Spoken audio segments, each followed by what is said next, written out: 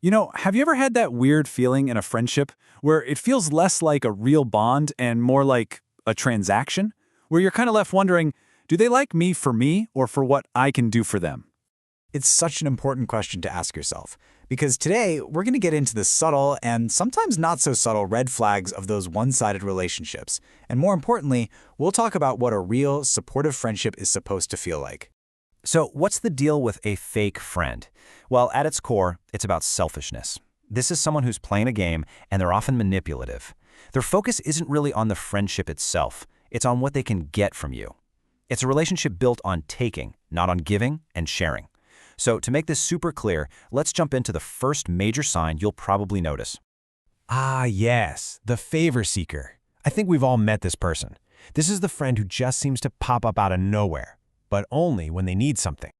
I mean, come on. Doesn't that sound so familiar? It's the friend who ghosts you for months, then suddenly reappears, and their first message isn't, "How are you?" It's, "I need you to do this for me." That right there is the biggest tell that the friendship is totally conditional. And this comparison just lays it all out perfectly. The fake friend's communication is all about their latest crisis.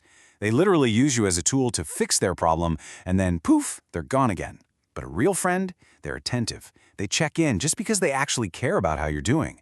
A lot of times they'll offer to help before you even realize you need it. Okay, let's get into the next sign. Now, this one can be a little sneakier, but it stings just as much. I'm talking about the art of the backhanded compliment. The compliment that isn't really a compliment at all. Oof. Right? Have you ever gotten one of those? It's presented as a compliment, but it leaves you feeling kind of terrible. It's basically a put-down in disguise, and it's designed to make you second-guess yourself. And what's really fascinating here is the why. This kind of behavior almost always comes from a place of jealousy.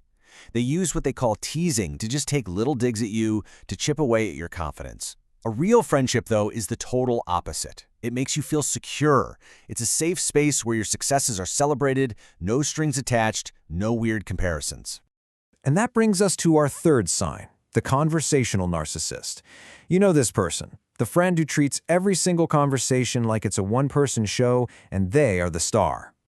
I mean, this quote just says everything, doesn't it? You could be pouring your heart out about something important, and they'll find a way to pivot it right back to themselves and their life. Honestly, it is so exhausting.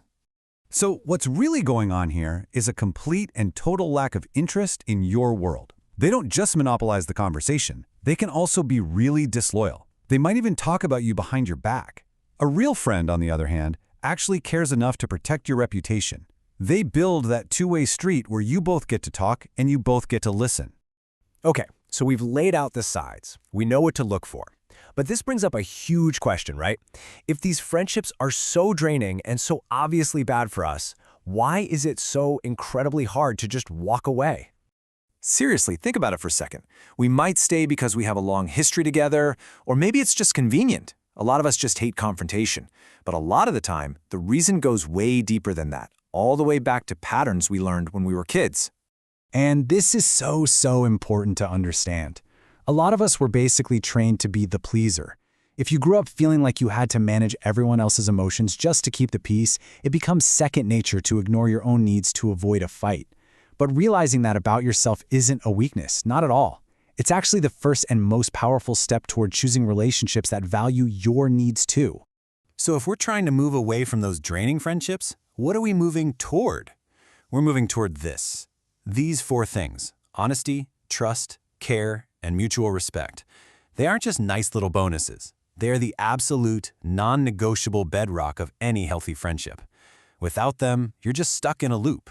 And look, if you had to boil everything we've talked about down to just one single ingredient, it would be this one: mutual respect. That is the currency of any true connection. It's the bright, shining line that separates a real bond from a hollow one. Let this one really sink in for a minute.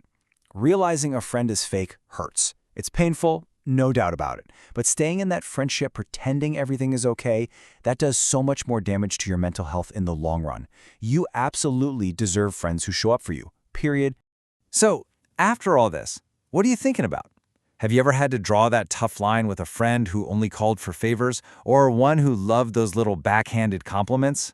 It's a really hard thing to do, But it's also a powerful step towards surrounding yourself with people who truly lift you up.